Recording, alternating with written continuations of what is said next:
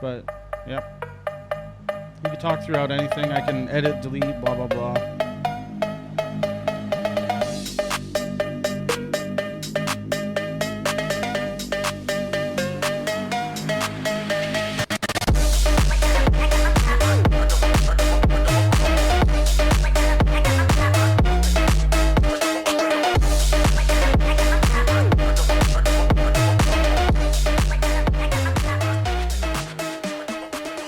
Oh, man.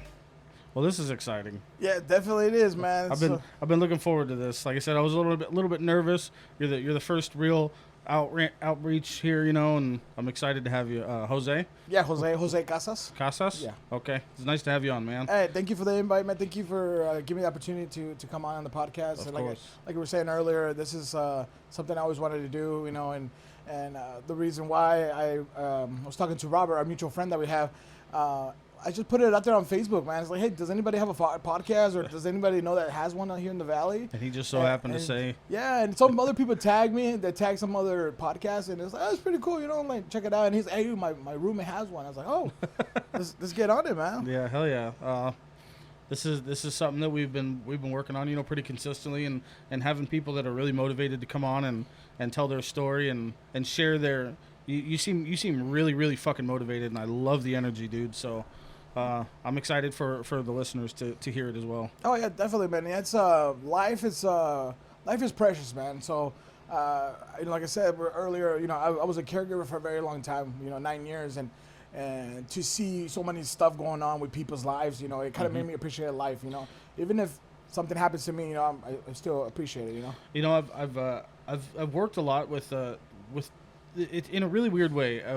I'm a tow truck driver right now. Okay. So one of the weird things that I kind of get the opportunity to glimpse into that life is I have to go and pick up those buses a lot. Yeah. And I know that's a strange connection, but in doing so, I get to go in, and a lot of times I get to go look for people, and I get that just a moment. It's literally just a moment for me, but I get to go in and see, what is seemingly the end of somebody's whole life.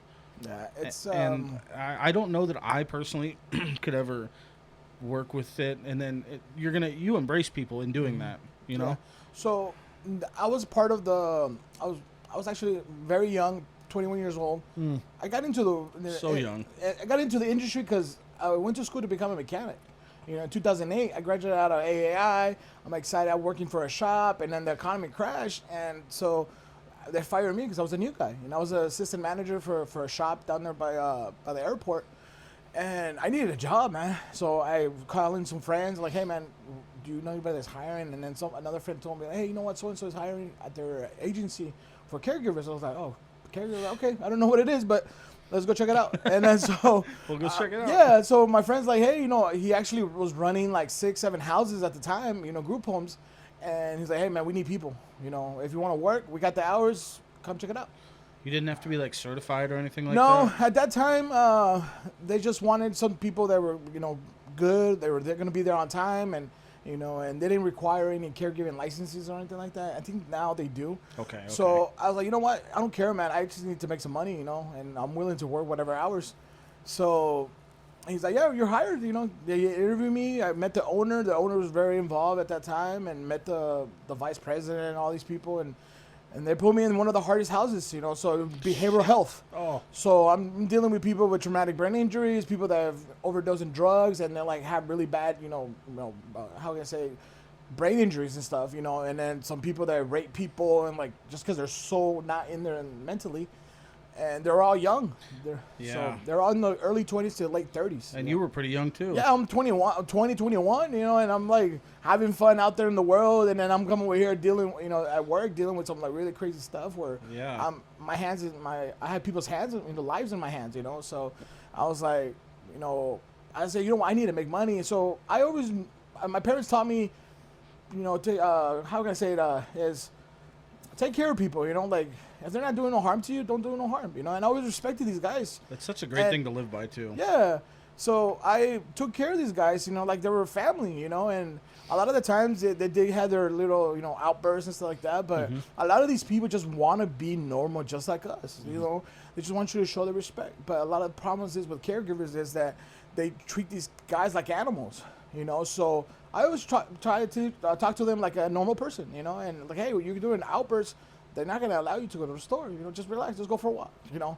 And actually, I became a lot of good friends. A lot of these guys, even if I'm not part of the company anymore, if they see me out and about, they remember me. They remember you're the motherfucker that took care of them. Yeah, I'm the guy that like, hey, respected them, even though like sometimes I had to, you know, do some had to do like restraints on them and stuff like that. But it was like, you know, but he still respected me after that. That's amazing, man. So after 3 months being there, they asked me to run a house by myself. You know, they gave me a brand new house, brand new clients, brand new everything. So I'm gonna get our clients come from the Maricopa hospital, like the psych wards. Oh shit. So where the hospitals can't handle it anymore, they send them to our way, and especially men. A lot of the men that come out of these hospitals, they're not okay. So we have to deal with them. So I got. At the time, I got 2 new guys that had traumatic brain injuries. One of them had like memory loss, like every 5 minutes he had like forget what was going on in his life. No shit. Oh yeah, some really messed up stuff, man. Oh my god. Like some 51st dates from you know, like that 10-second Tom. Exactly. I had 2 guys like that. I can't believe that's a real thing. Oh, it's a real thing, man. And then the crazy part is one of them got drunk, started driving, you know, crashed, hit his head, and then like lost all his memory. He was a paralegal, man. Like so, I seen some really crazy stuff at early age, man. So. I was running that house. I had a guy that was kicked out for dementia. Well, he had dementia and paranoia and some other stuff, but he got kicked out of a nursing home because he was trying to rape the nurse. Oh, God, damn. So he's in my house, and I got the 2 guys that had traumatic brain injuries, and then I got another guy that got handicapped since he was a teenager, I believe. He rolled over his car and messed up his head, and half his body's paralyzed and all this stuff. And then I have those guys, so that's 4. And then the 5th guy comes. This guy had a flesh-eating disease, like scar on his right arm. So he had a scar from his elbow to his wrist that was open, like probably 2-3 inches. Oh. And because he had some type of flesh-eating virus or something like that. But it was taken care of. It wasn't contagious or anything. But I'm seeing this as like, this dude's just waving it around. There's blood coming out. I was like, oh, hell no. I gotta bandage that shit up. You're like, you need to relax. Yeah. And then but the crazy part is that every guy had different problems. This guy with the gash in his arm, he had some really mental problems. So the crazy part with that is he was taking pain meds and he also taking psych meds, and they were combining together. Oh, and he was in a whole nother world at nighttime, man. Yeah. When it comes to nighttime, there was a whole nother world. So at one point I had 6 guys in the house. And then towards one of those years I was working there, they had a guy with dementia. No, not dementia, Alzheimer's. Oh, God. And he already had 6 months to live. Are all these guys pretty young, too? These guys were a little older. They were like in their late 40s or early 50s. That's still pretty shitty. Oh, yeah, man. And then so I'm dealing with these guys, and then the gentleman with the Alzheimer's, he ends up passing away like 6 months later down the road, you know, from this disease. And that was my first time experiencing somebody passing away as a caregiver, you know. So with the way we found him, he was unconscious in his bedroom, and we had to give him CPR. This is the first time I'm doing CPR on somebody, man. I'm just pushing his chest. I hear his chest literally cracking, and I was like, oh, and like I'm telling the guys, like, hey, call the ambulance, you know. We brought him back to life. You did? Yeah, we brought him back to life, but he was already brain dead pretty much, you know. So his body was breathing, but his brain was dead. Fuck. And that was a crazy one because I thought the family, man, what do you think you're gonna give him a call and say, hey, your dad's passed away? Well, they took him to the hospital. The family met the ambulance at the hospital, and they pulled the plug. You know, they said goodbye to him, and the next day the daughter comes to the house, and I'm like, oh shoot, you know, like what is she gonna say? And I was like, but she was like super grateful. She made me tear up, man, because she was like, thank you guys for taking care of my dad. Like he was kicked out of multiple homes because he was very violent. And it was a big guy. He was an iron worker, man. He had some massive hands. He was 6'5", like shit. about 180 pounds. He was very skinny because he didn't want to eat no more. And his hands were just like giant, baseball gloves, man. He was just a big dude, and he beat up some of my staff, you know. And but his daughter was very grateful for us taking care of him because he was in a house full of guys. There was no women allowed working there. That's fucking crazy. Oh man, it was those stories, and I did see some really crazy stuff. And then you know some of the clients would tell you, I'm gonna kill you, I'm gonna rape your mother, I'm gonna rape your kid. Like you hear all this stuff, you know. Fucks with your head. Oh yeah. For me, that's why I don't do it anymore. It's just after a while, it's like, ugh, I don't want to do it anymore. And then sometimes it's very hard to get supporting staff, so. And then of course I was producing a lot of managers out of my house because I was making sure these guys were taking care of our guys, and they were taking them away from me. And I was like, nah, it's time to do something different. Is that so? You were telling me a little bit that you're a life insurance agent now. Yeah. Let's talk about that transition because sure. It's kind of interesting going from that whole extreme and seeing life being so fragile to then selling a form of protection, a form of protection for that scenario. So, after being a caregiver for so long, it made me appreciate life a little bit more, right? Yeah. Because I see the different things that could happen. You could be walking down the street and trip, hit your head on the concrete, and then boom, your life changed forever. Now you're handicapped, and now you have to be on disability. So from caregiver, I went into working in warehouses. I had a really good job working as like a assistant assembler for a company out here in Peoria, but they got bought out, and I started working different jobs in warehouses, and I just like wanted to get my hands dirty. I just wanted to work different things. The way I got into insurance, it was like early 2021. I was selling furniture, selling stuff online on Facebook because I was following. I don't know if you know who he is, Gary Vaynerchuk. Mm-hmm. So I was following. He has the garage. Go to the garage and garage sales and buy stuff and resell it. So I figured out, hey, you know what? I'm gonna look into auctions where all the returns come from. Amazon and all these big stores. You can buy all that stuff online auctions. So I started, putting stuff online, and then this lady. Her name is Maria. She's a really good friend of mine. She's the one that introduced me to the insurance world. She was like, "Hey, Jose, I see that you like selling stuff. You have your garage full of stuff. It's like, hey, and I see you just sold me a desk. Like, hey, I was a teacher, became a life insurance agent, and we're always we're trying to find people like are bilingual that want to help the community, and it's like, you want to help the community? And I was like, yeah, of course. If I can provide some type of service or help anybody, I'm up for it. So she got my number. She sent me the information, and I ended up meeting with the broker of the office. Now he's like one of my mentors.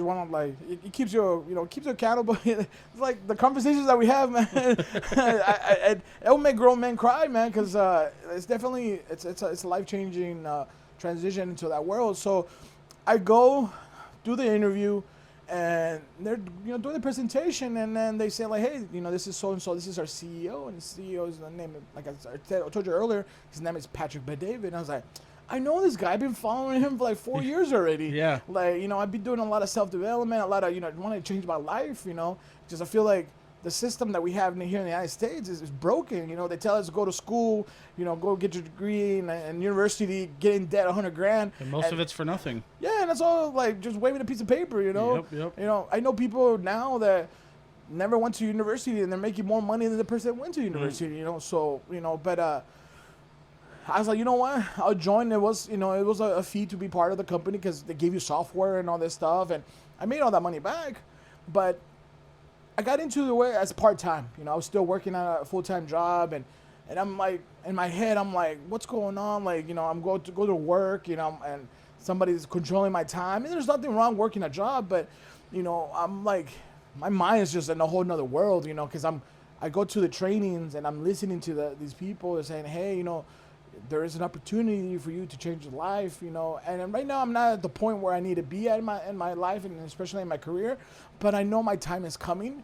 and because I'm talking to everybody I can, right? And that's why another reason why I'm here in the podcast. I want to get my name out there, Give you a voice. Yeah, give me a voice. I want to be they call it be the mayor of your city. There you go. So being a life insurance agent, it made me, and I'm proud of it, man. Like, I'm really proud of saying that, hey, I'm a life insurance agent. How can I help you? And maybe that could be not just in life insurance, a policy, but if you have a business, like if you need help how to advertise it, I've learned a lot of ways of advertising. Let me help you out then. That's a good asset to have. Yeah, like even if you're not one of my clients, but I'm able to help you, and maybe down the road you can become one of my clients or you become a business partner. Why not? Yeah. And there's a lot of ways that we can help each other out. I do have a question. Yeah. I'm not really educated as far as life insurance, buying, selling, anything really. I know what it is, and I know what it does, but I don't know much about it. But one of the things that I have come across over the years is they life insurance and the sales of it seems to be associated with some kind of I'm not going to use the word scam, but they give it this negative connotation.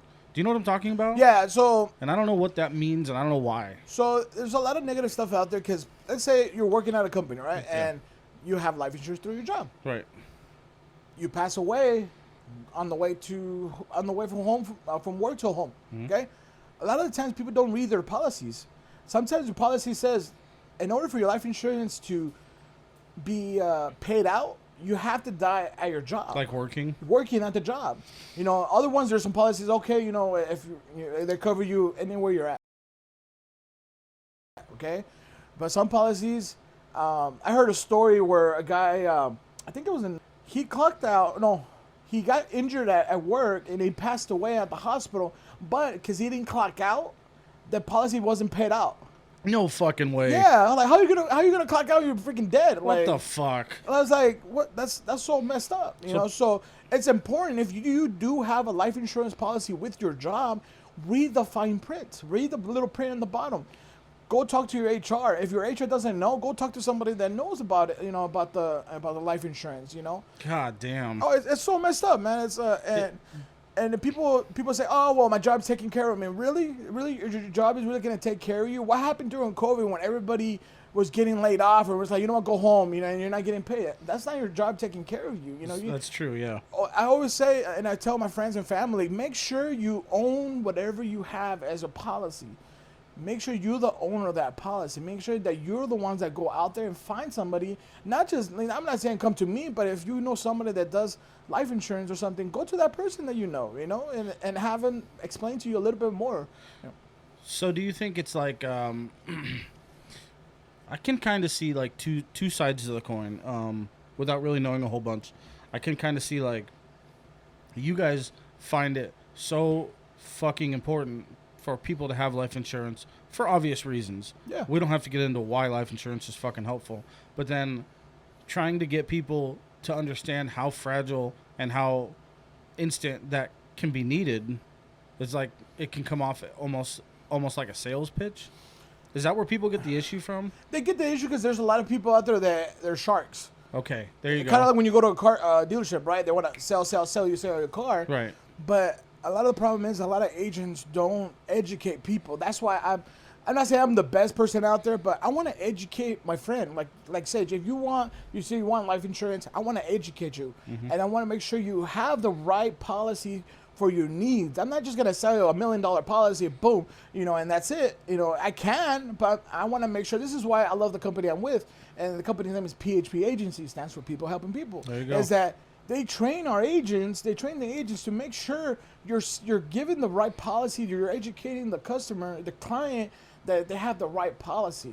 I can sell you a $500 whole life policy, and I'm gonna make really good money, but that's putting you in the bind because you never know if you're gonna be able to pay that policy down the road. Man, I really feel strongly like you're fighting an uphill battle here. Oh, I am. You're fighting more motherfuckers that think you're just a salesman than you are people believing that you actually give a shit. Yeah, I honestly do care, because I'm tired of seeing people starting GoFundMe pages. You're like, oh, I need $10,000 to bury my loved one, Right. Or $25,000. A lot of those people don't get to those goals. Right. But what if I can provide you a simple policy that's maybe $100,000, but it depends on your age.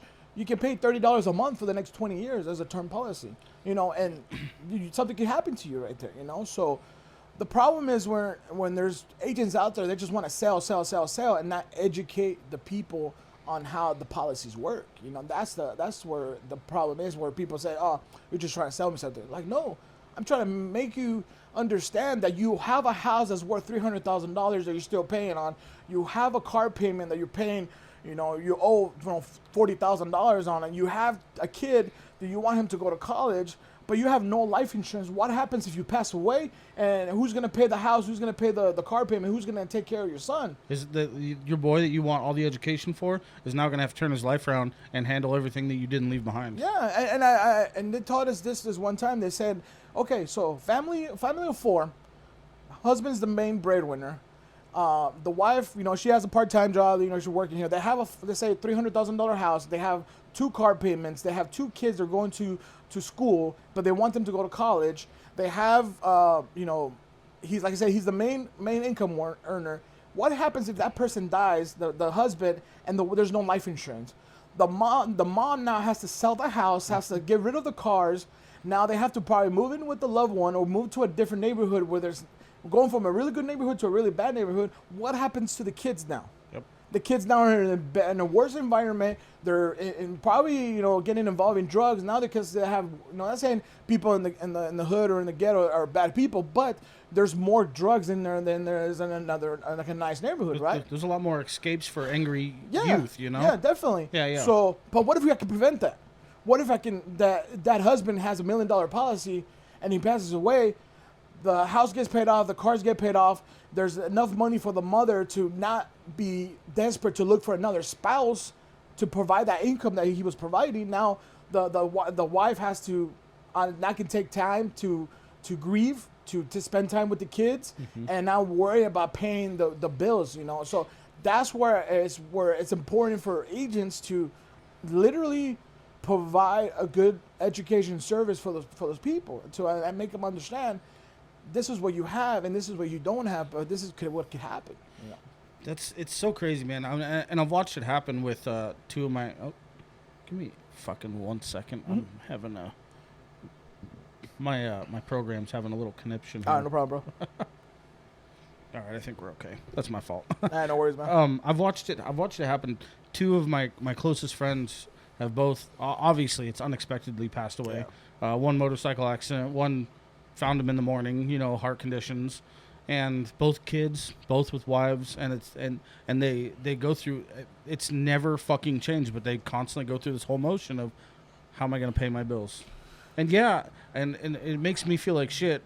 It's beside the point, but they're reaching out to everybody, trying to figure out. They're getting everybody involved, trying to figure out what the fuck the next step is. And nobody ever likes to talk about what you're trying to get the point across. Nobody wants to have that conversation, but I think I agree with you on how really important it is to be prepared. Oh yeah, definitely, man. I don't want to have that conversation with nobody, No. But I also don't want to have that conversation with a friend's family. Says, hey, I talked to so and so, but he didn't want to get a life insurance policy. I'm sorry, he wasn't covered. Right. I don't want to have that conversation either. Right. I don't want to have that conversation with family and friends. It's like, hey, you should have reached out, and I was scared to reach out, So, and it's already happened to me. I didn't. Sorry, I get a little emotional, but I didn't reach out to a friend, and he got hit. He was driving a motorcycle, and he got hit, and he passed away. So I just went through that same exact circumstance in May, man, and he just it unfolds so quick. Yeah. And I had this guy's another person that happened is he's an old friend from back home from California, and I'm originally from San Jose, California, and an old high school friend. I found out he was a tow truck driver, and he was helping somebody out in the middle of the freeway, and he got hit. Somebody not paying attention. Wasn't paying attention to what's going on, didn't slow down, and boom, he got hit, and I didn't reach out. Even though if he would have left me on red, but if I sent the message and say, hey bro, can I speak to you for a couple of minutes about something that I'm doing? I want to help you out, or want to show you what I'm doing so I can help you protect yourself. Those conversations, I would rather have those conversations. They say, you know what, I can't right now, or I don't want anything. It's giving me peace of mind saying that I tried to reach out already. Yeah, you tried. I tried. And so, because I don't want to have, every time I see a motorcycle now, I think of my friend, Yeah, it's ingrained in you. It's like, shit, man. I'm like, but I make it a point to everybody to know that I am a life insurance agent. And I'm saying I'm the best and everything, but I want to make sure I provide a good service. You know, I want to make sure that person's taken care of. I want to make sure if I don't have the answers for something you're looking for, I'm gonna make sure I get the answer somewhere. I have a broker that he's been in the industry for 19 years. If he doesn't know, we have people in the company that are gonna get you those answers. You know, Right. So you know, like I said, I don't know everything about life insurance, but if I need to find out, I'm gonna find out. You know, so. But yeah, definitely life insurance, especially in this crazy world that's going on. We need to make sure we're taken care of, you know. So especially if you have kids, man, that's the most important thing. The next generation. Well, I think it's hugely important to have the conversation. For me personally, and probably for a majority of male listeners, think about how much you want to provide and protect for your family, for your wife, for your kids. It's, you know, most of us feel like it's our job.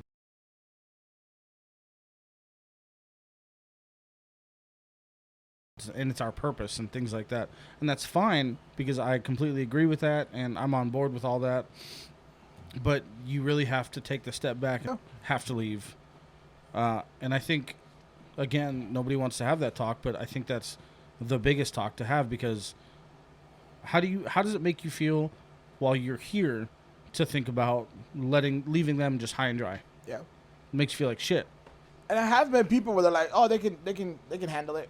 Like, I met some people like that. Like, it's like, damn, dude, like, you don't want your family to progress to be something better, you know? Right. You don't want like, they can let go and move forward. Yeah, like what? Think about your legacy. Like, what's your legacy gonna be? Like, you don't want your kids to say, you know what, because of my dad or because of my mom, they left me this. I can pursue my dreams. You know, I was like, I met a gentleman, a Hispanic gentleman, at a tire shop, and he's like, oh no, I'm okay. If I figure it out, they can figure it out.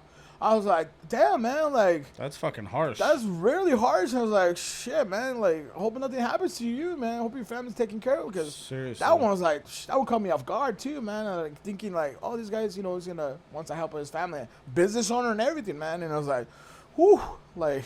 That's one of the things I talk about on quite a few of these episodes, you know, is... between her and I, we have 3 different kids, and I know how I grew up, and I know, you know, the shit that I saw and the things that I heard because of quote unquote, you know, poverty and not having money and shit like that.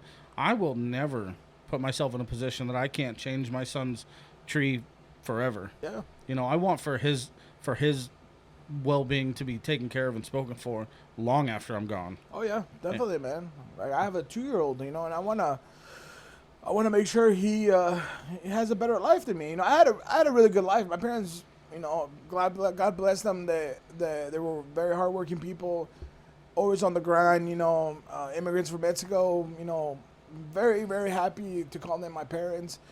They literally, you know, make sure we had food. You know, kind of tell, you know, I always had food. I always had something to eat. You know, but I want to do something better for my son. I want to make sure he has good education. You know, all the education stuff going on with the schools right now, it's all freaking crazy stuff happening. You know, everything's crazy. You know, and I just had to get my son out of daycare. Yesterday, my lady told me, like, hey, I saw something. The teacher kicked my son's chair because he was crying, and I was like, good thing you went, because I definitely want to, you know, start, you know, doing some other stuff. But it's like, what are you gonna, if you already have you have something good for yourself, right? You want to make sure your kids go to the next level. You know, my parents already done something amazing with them. They can retire right now if they want to. They can live an amazing life. Now for me, what's going to happen with me is I want to, whatever they did already, I want to 10 times that. Yes. Like, why not? You know, like, I have a dream of having my house, my brother's house, and my parents' house living together in a small compound. Like, having my kids grow up together, you know, with my brother's kids, and having my parents there, having maybe a small farm, something like that. Having that together, like, having a community of the family, you know, like, I want that, you know. Yeah. And now I want my son to go to do what I did and do him, you know, have him do more, you know. And what do you think all these rich people get rich? They plant that seed in their kids. You know, they're gonna take the kids to the next level, and then the next level, and then the next level. What do you think when all these, a lot of these rich people, they put policies on their kids. They put policies on themselves when they buy another property. When they buy a car, they put another policy on themselves. If they die, that car gets paid off and there's money left over. Mm-hmm. What do you think happens with that money? Now that money gets recycled and continues, growing and growing and growing. That's something where my agency has taught us is, you're building wealth. You're building the legacy for the next chapter of your generation. Yeah, it's definitely not just a piece of paper. Yeah, it's not just a piece of paper, man. Like, like for me, it's like I have a house and it's a rental right now. I'm renting it out, and I'm making a little bit of money off of it. But, my next purchase, I want to buy a fourplex, or another, something where I can generate more money. Right. I have equity in my house that I can use that to buy a property, But right now I'm waiting to get certain levels of income where I'm continue doing that every year. If I can have a property that has equity in it every year, or I could do something every 2 years, buy a property. Like, that's the goal, right? So, I want to show that to my son and then more. Yep. Teach them how to do that. Yeah. And they learn just by watching. Exactly. You lead by example. I've been through a lot of crazy stuff in my life. Even though I had a really good life, I went in the wrong neighborhoods. I partied in the wrong neighborhoods. I did all kinds of stuff, Yeah. And I know my son's gonna do it too. But I want to make sure he's like, hey, you gotta be street smart too. Mm-hmm. You just gotta be book smart. You gotta be street smart too, because the streets out there, saying, like, Phoenix is like the the worst part in the world, but every city out there has bad parts, and you're gonna want to experiment what's going on in the world. Yeah, you're gonna see some shit. Yeah, I saw some shit, like, it was like, oh shit, like like I saw some stuff where, like, now I don't want to go to house parties, cause, how old are you now? I am 37. 37. Yeah, 37. Okay. So how about yourself? How old are you? I'm 35. 35. Okay, we kind of grew up in probably around the same age. So it's fucking wild, everybody, we grow up in such this like, you're gonna go to high school and you're gonna have your high school years and you're gonna have fun, but when you get out of high school, you're gonna be an adult and you're gonna go to college and you're gonna have all your shit figured out. This is my favorite speech because I shit you not, dude. It took me till I was like fucking 32 to even have a glimpse of what the fuck I was trying to accomplish in this life. I barely remember my 20s. And I'm speaking to the class of people that, says that we're supposed to have everything figured out in our 20s. And I think it's super important that you learn your lessons, but you're smart about them. Oh, yeah, definitely. You know what I mean? Like you said, you're going to see some shit, but just be mindful about how you're gonna handle that shit. Yeah. In the moment is the fucking most important. act with like, how am I gonna say it? Don't act with emotion. If something happens to you, don't act just because you're emotional and just like you want to attack right away. You know? Yeah. I learned to, and I've been in a lot of relationships. I have a lot of friends, a lot of girlfriends and stuff like that. But over time, I learned, why am I gonna react to my emotions? That it's gonna be consequences. Me going through those emotions and me acting and doing something stupid, right? Mm-hmm. So if something bad happens to me, I realize, okay, all right, just take it back, analyze it, and say, okay, what happened? How am I gonna learn from this? Mm-hmm. That's the most important thing. Goddamn. Like right there. That's so important. You have to step back. Even though it hurts, you might say you got breaking up, or you got cheated on, or whatever's happened to you. Take a step back and figure out how can you learn from this? Right. If your spouse cheated on you or whatever, or whatever's going on in life, just take a breather, go for a walk, and analyze it. What's going on? How you're gonna learn from this? It's gonna give you an advantage for the next time something like this happens. Mm-hmm. When shit hits the fan in my personal relationship or with family, I'm very calm. I'm very sometimes people think like I'm super mad or something. Like I am mad inside, but I am not gonna let it out. Right. I'm controlling myself. I don't know if you like stoicism. Like being very calm. Yes.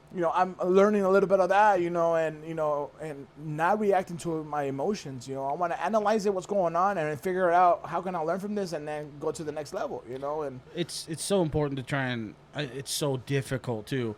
Listen. Me sitting here saying how fucking important it is not nearly compared to how difficult it is.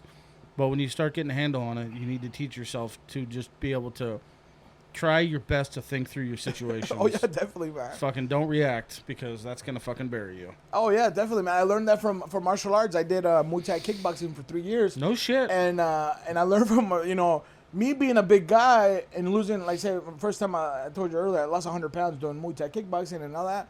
And, you know, being a big guy, you have to control your power. You can't be like, I'm bigger than most of the guys. I can't be kicking dudes over here left and right because I'm decapitating a lot of these guys, you know. So I had to make sure control my power, control my anger, because if a guy hit me hard, of course, right away you want to, you know, your testosterone and just want rage, you want to destroy this guy. You want to react. Yeah, you want to react. So that taught me too, as control my anger, control that, and also like a couple of years ago, also I was doing about a year and a half, 2 years ago, I was doing MMA and I started doing some Brazilian Jiu-Jitsu. That right there, man, I feel it when somebody's getting you in a chokehold and they're freaking trying to strangle you and make you pass out, you start freaking out. The first time somebody was trying to choke me out, I start freaking out, man. You panic. You panic. Yeah, you you know? panic. But the more you do it, and it might sound crazy to people hearing this, but I miss that. Like, I miss going, like, doing the trainings because you learn so much, you know, being strangled pretty much. And not saying like a kinky way or anything like that, but being in that world, learning to control your emotions, we need that right now, especially now with all this shit going on in the world.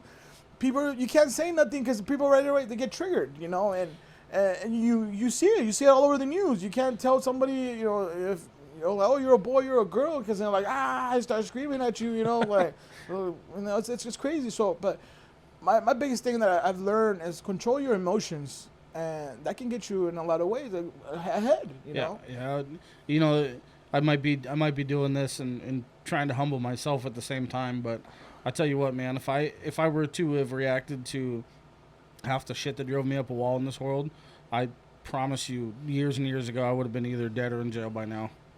Yeah. Just, you know, that one piece of instant gratification is not going to solve your fucking problem. It's not, man. It's you know, you wanted to, you know, let's say your spouse, you know, was unfaithful and you found out, and of course you wanted to, you know, punch your lights out, you know, but is that really going to get you anywhere? Right, it's going to get you nowhere good. It's going to get you in jail. You're going to have stuff on your background. You're not going to be able to get the job what you want and stuff like that. It's not worth it. You just change your life over one punch. You know, and most people don't think about that. They don't, man. I've had so many family members where they do something stupid because they react as emotion. Now they're in a horrible place. Mm-hmm. Friends have done the same, you know, but, you know, if that person really hurt you, well, hurt them back with your success. Right. Like, become better. Yeah, put them in your shadow. Become, if you really want to be a badass, become that badass, you know? Like, I'm still trying to work on my badass, you know? I'm still working on myself because I know the potential I have to become a monster. A monster meaning a monster the way I want to be, you know? As I walk into a room, I'm like, oh, shit, that's Jose, you know? Like, you know, that's where I see myself like that, you know? Like, I'm working myself to that, you know? Do you listen to Jordan Peterson at all? Oh, yeah, I love that guy, man. Jordan Peterson, cool. Fucking, he's so goddamn intelligent, but he says, be a monster, but be a monster in a garden. Yes. Yeah. And learn how to control it. Yeah, exactly. And he says some of the most philosophical shit I've ever heard. Oh, I love that guy, man. Sometimes when I'm in like in a dark spot in my head, I watch some of his stuff, man. Mm-hmm. And I fucking love the way he dresses, bro. Like the way he dresses in the suit, and that's how we dress in our when we have our meetings in our agency, we dress up, you know, in suits and stuff. But when he dresses up, bro, it's like, damn, that's fucking, I gotta look sharp, man. Like I'm like, I need to slim down more, man, so I can start dressing like that on a daily basis, bro. He portrays inside and out. Yeah. What he wants you to see, you know, and what he wants you to see of him. Yeah, he's been through some stuff too, man. Like like I feel bad for the guy, you know, but he learned how to get out of it. You know, his daughter too, Michaela. I don't know if you know who she is. Her daughter's been going through all kinds of health issues, but now she controlled that, you know. And, but you know, control. You know, no, I think it's there was another one too. It says I think it's a soldier. It's better to be a soldier in a garden than a gardener in a war or something like that. I heard something like that. But oh yeah, man, like that's what people need to, you know. I just say stop following all these crazy celebrities and all this crazy stuff going on in the world. And it's a weird time we live in, man. It's crazy, man. Like I don't listen to hip hop. I don't listen to a lot of music. I've listened to music as, you know, more of like the ADM, you know, like high frequency, like music, like makes you dance and stuff like that. Mm-hmm. But, you know, even that, like, I honestly don't really listen to a lot of stuff, you know, just because don't even want to be part of that culture and stuff like that. And it's just, You know, people say, "Oh, you know, who's your favorite football player or favorite football stuff?" Like, I don't even watch football, man. I don't watch sports anymore. Like, I got, I think LeBron screwed that over for me. Like, people cry. And this is where it gets with sports. It's like we idolize people that don't give a shit about us. The more and more that they throw politics into sports, man, the more and more it disappoints me. That's what it did it for me, man. I do still.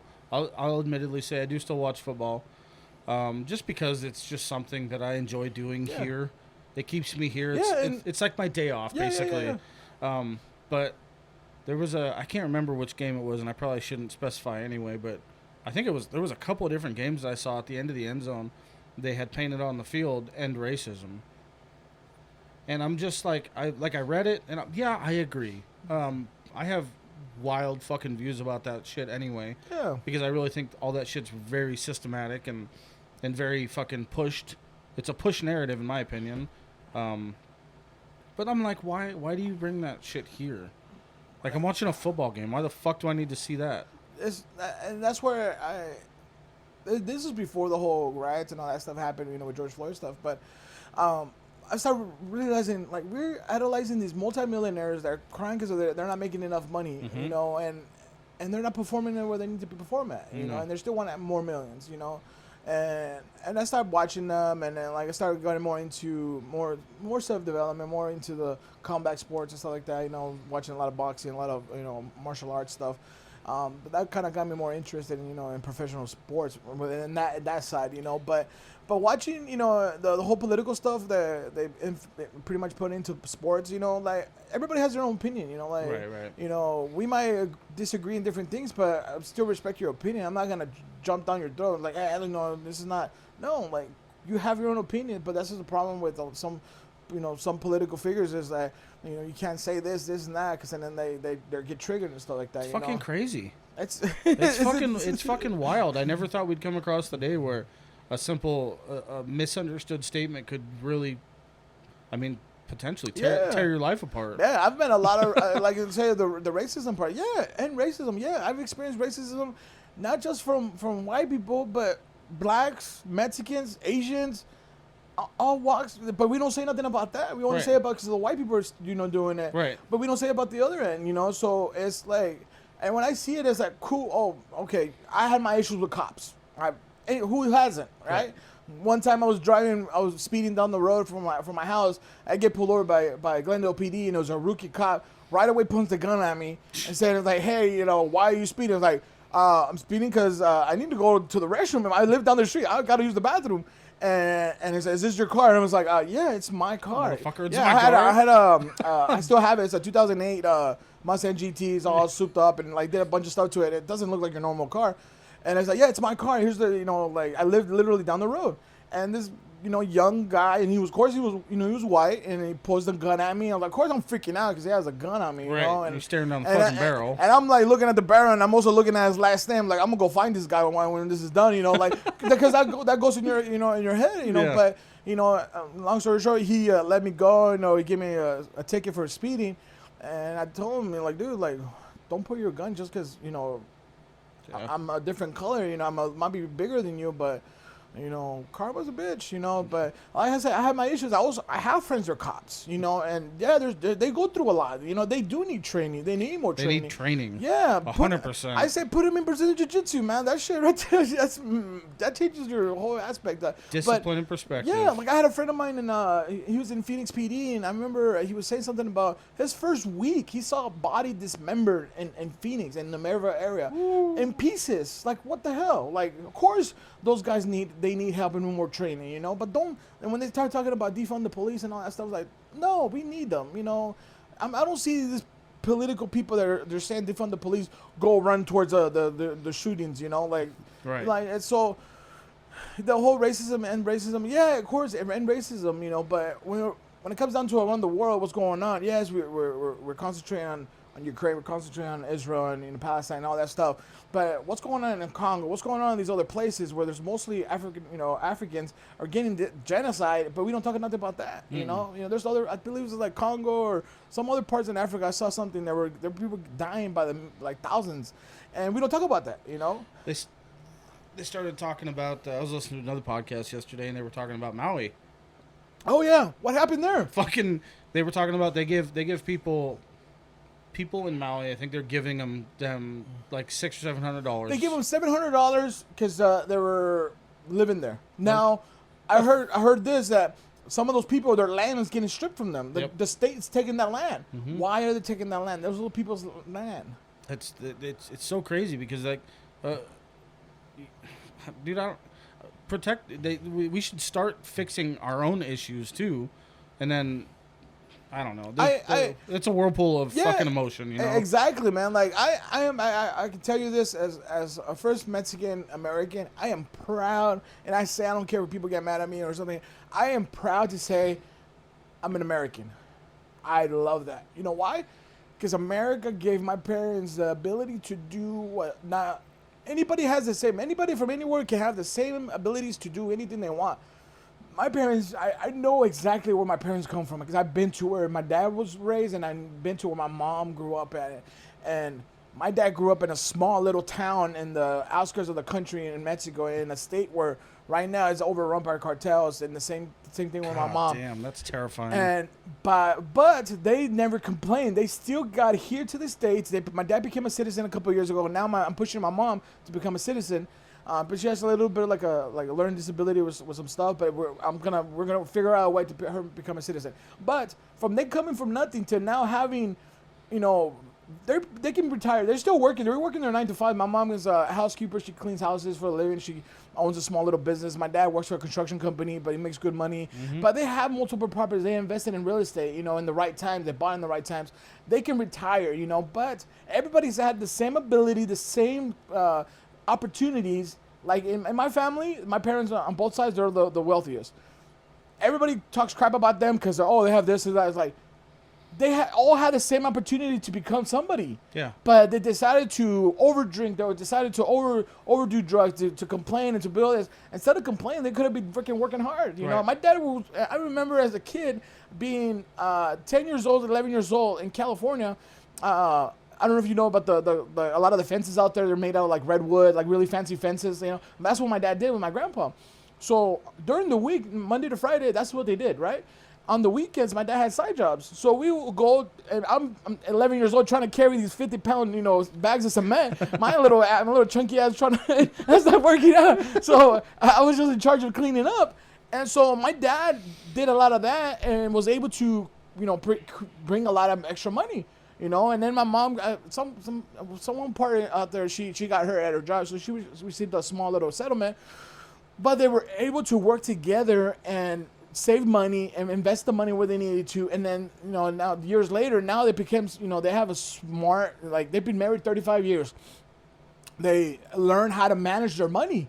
You know, they live a very humble life. You know, they don't care about keeping up with the Joneses. You know, my mom has her cars, my dad has her trucks, and they live a very humble life. You look at them, you think like, oh, it's just a regular Mexican couple, you know, very humble life. They have a freaking big house. They have, you know, everything they need, but they work their asses off. That's where a lot of Americans don't, like, they say, oh, you know, the system's broken. You know, I can't make $1 million a year because of my college degree. As you're not working hard enough. You probably didn't choose the right field to get into, you know, or you're not putting more effort into it, you know. Dude, that's the type of success story that I fucking love. It's the prime example, and you said it the best. I mean, most fucking Americans, regardless of race or age, whatever, there's just an unwillingness to go outside of your own comfort and do the extra fucking work. Yeah. To be a little bit tired, to make that extra dollar. Yeah, exactly. Like I say, they gave me a beautiful life. Okay, I cannot complain. They gave me a beautiful life. But I could have said, you know what, they gave me all this, and that, but they still make me work. Mm-hmm. Even when I was a teenager, my parents had money, but they still tell me, hey, go look for a job. I would look for a job forever. I couldn't find one. And then when I turned 18, I was able to go find a job. My first job was at a junkyard. It was at a Mustang junkyard. I'm a big Mustang guy, okay? So that was my dream job. I was working at I could have stayed there forever if I could, you know? This is great. It was a great job. I learned how to tear cars apart and put them back together. But my parents taught me the value of hard work, mm-hmm. you know? So important. It's very important, you know? Like, even though yes, I had, I could have asked for anything, and my mom would probably most likely end up giving it to me. But she's like, no, go work for it. Go work for it. Go work for it. Yeah, right now, I'm not where I want to be at in my career, but I know, like I said earlier, my time is coming because I'm out there meeting people. I'm out there talking to people. I'm out there telling them who I am. I am out there doing the grind, and I want to make sure my parents, I can buy them whatever. My dad can buy whatever he wants, right? So I want to make sure that they know I'm good, like just be say, oh, you know what, I'm proud of they call me Junior. I'm proud of Junior. He's doing this. He has his properties. He has this. Like, okay, cool. I want my family to, I don't want them to be like, oh, because of this, and we gave them this. Like, no, we showed them, the hard work, Right. and maybe that could be a setback for me because I didn't struggle enough when I was a kid, but I still did some like all those properties that they have. We did the tile, we did the remodeling, a lot of the stuff. It's amazing to see your own work. Yeah, a lot of the times I got there late because I was hangover from partying too much.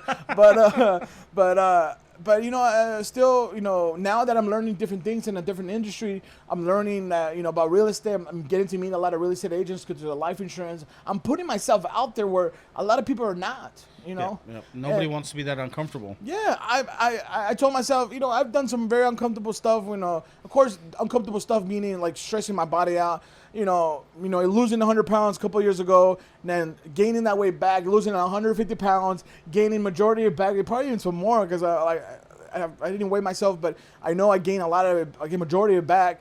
Now I'm in the run again to my third time I'm gonna lose 150 pounds and more. I see myself in a different level, a different shape and form that I want to be at, right? Yep. So that's a lot of mental stress. And then I'm dealing with, of course, having a 2-year-old. Dealing with my spouse, dealing with the stuff that's going on with the business. And like I said, there's a lot of stress. That's why I keep my emotions intact. Because if I say, screw this, I'm like, that's why you see a lot of these men committing suicide. There's so much stuff going on in life. They just give up. Yeah, they just give up. But, you just got to, I'm just telling myself, I surround myself with good people and to help me, just talk to, even if you have to talk to somebody like something like this, a podcast, I'm getting it out, I'm getting it out because I know me, because I have to put myself first, okay? A lot of people say, oh, that's selfish. You shouldn't put yourself first. Okay, if I don't put myself first, my business doesn't work. My business doesn't provide what I need to provide for my family. And then my son's not going to have what I want to give him to him. So I got to make sure my health is good. Yeah. And then my business is good. And then the family is good and everything. So I know sometimes, part of the spouse is not going to agree on it because, you're putting yourself before the family. But I need to. If I'm not good mentally or physically or spiritually, everything else follows.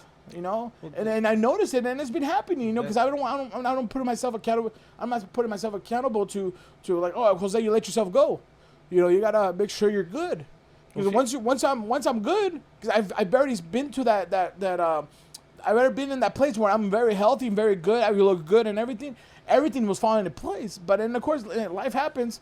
Decided to, I say it's my kid's fault, but decided to have a baby. And of course, the wife wants, snacks and stuff like that. But that's where I messed up. My discipline wasn't there. Yeah.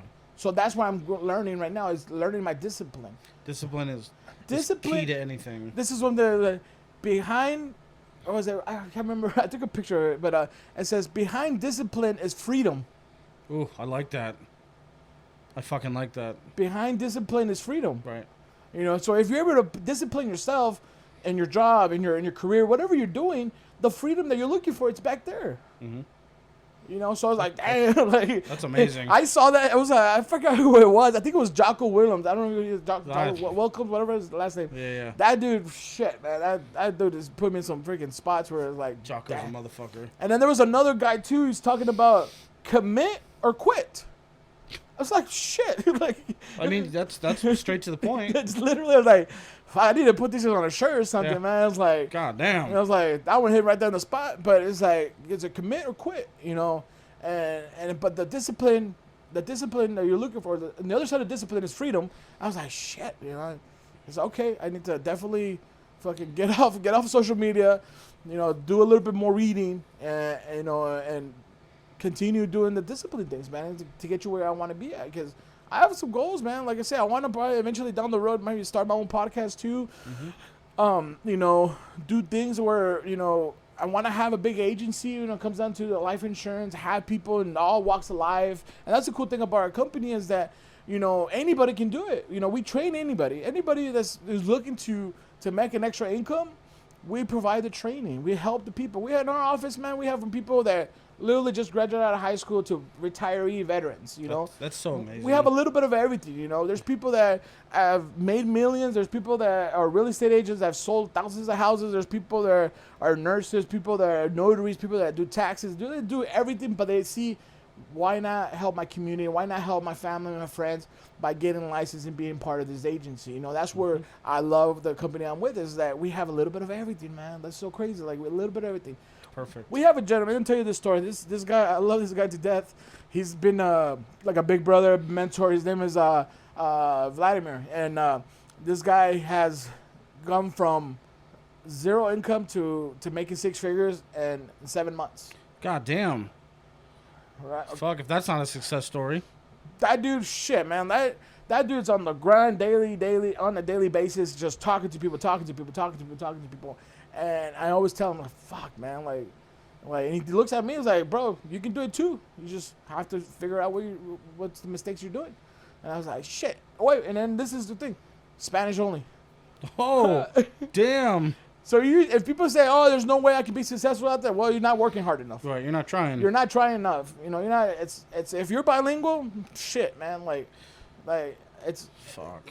And then I never thought about making 5-10 grand a month that it would be that easy. Right. It's that easy.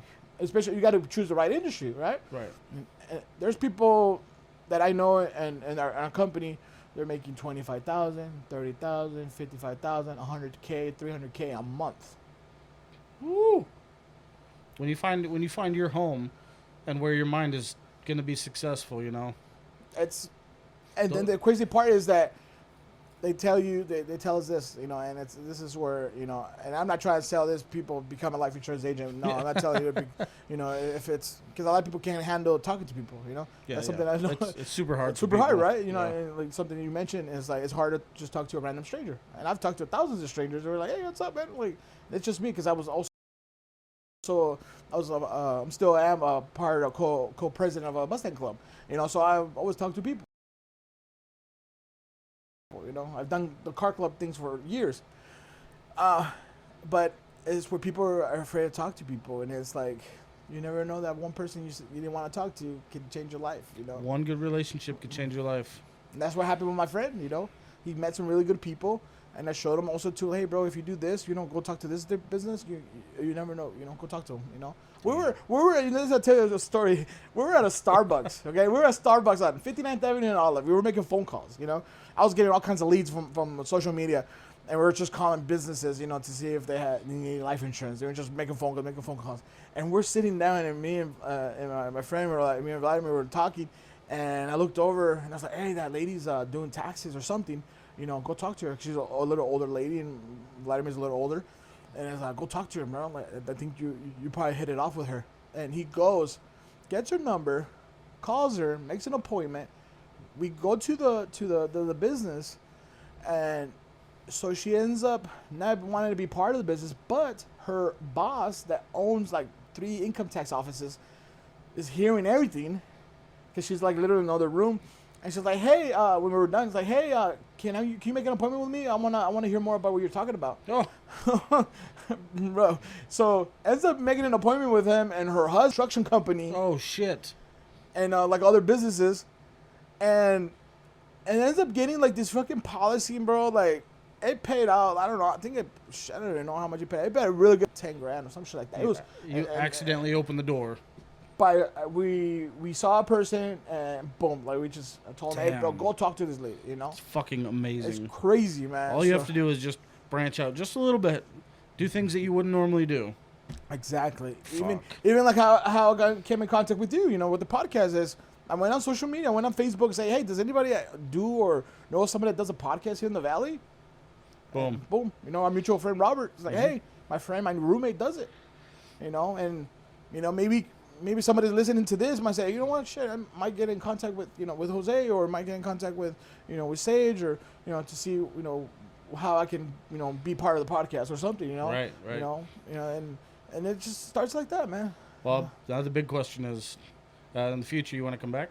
Of course, man. Of course. I love that, dude. You bring such a fucking energy to the table. Your confidence and your mentality. I love it. Oh, thank you, man. I'm super grateful that you decided to come on because I think you're really gonna touch a lot of the listeners.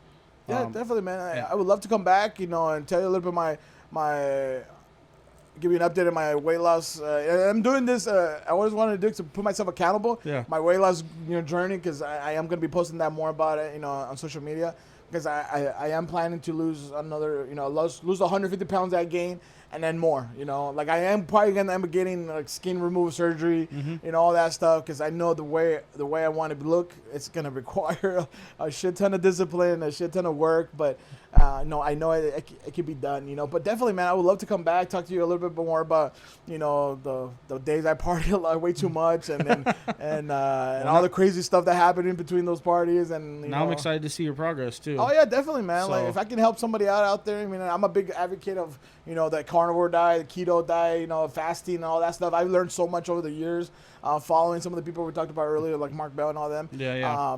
Prolonged fasting. Did 7 days with no eating. Like speaking of discipline, that shit, man. That right there, shoo. Yeah, and then the crazy part is doing that. There's people, especially like in the office, they're bringing in food, and it's like, especially in the holidays, it's walk into work, there's a box of donuts. I'm like, you fuckers. Oh man, don't do this to me. It was hard, man, but it has to be done. Like I said, discipline. The other side of discipline is freedom. Yes. So but yeah, definitely, man. I'm down to come down. And whenever you need just somebody to talk to, man, shit, let me know, man. I'm open, man. Come talk, and then shoot the shit. Just talk about random stuff. Cars. I'm a big car guy. I love cars. I love muscle cars. That's my thing. Fuck yeah. I'm a big Mustang guy. I've done all the racing, all the street racing, and all that. I'm not proud of it, but it's also it was fun. Back in the day when we're gonna have that conversation because I was a part of that too. Oh, were you? Oh yeah, shit. Yeah. Yeah. So we're gonna have that talk. Yeah, definitely, man. And then, like I said, man, I'm from California. I'm originally from San Jose, California. Been out here since 2001, so I've been over here since Phoenix was like not so crazy how it is now, Yep, So, yep. But grew up in Glendale, Arizona. That's my town. But yeah, I'm down to come down next time, man. Let me know. Yeah. We'll definitely keep in touch, and and like I said, man, I'm here to have some fun, man, and whatever help you need, man, to help you promote yourself, man. Shit, let me know, bro. I definitely. Wouldn't mind helping somebody out, man. Thank you, man. The voice is truly appreciated because we're trying to grow this thing as fast as we fucking can. So. Oh yeah, man. Next time you come by, hopefully we'll have the video up and going. Oh yeah, definitely. And have this thing, 3 steps farther. Oh yeah, hell yeah, man. Like I said, I love the name Me Versus Me. That's what it's all about, baby. It's all about, man. Like literally, the only person you're battling is yourself. That's it. That's it most of the time. So, hell yeah, I appreciate it, man. Oh, anytime, man. And yeah, we'll get you scheduled in for another one real soon. Oh yeah, let's do it, man. All right. Bye, everybody. See you guys.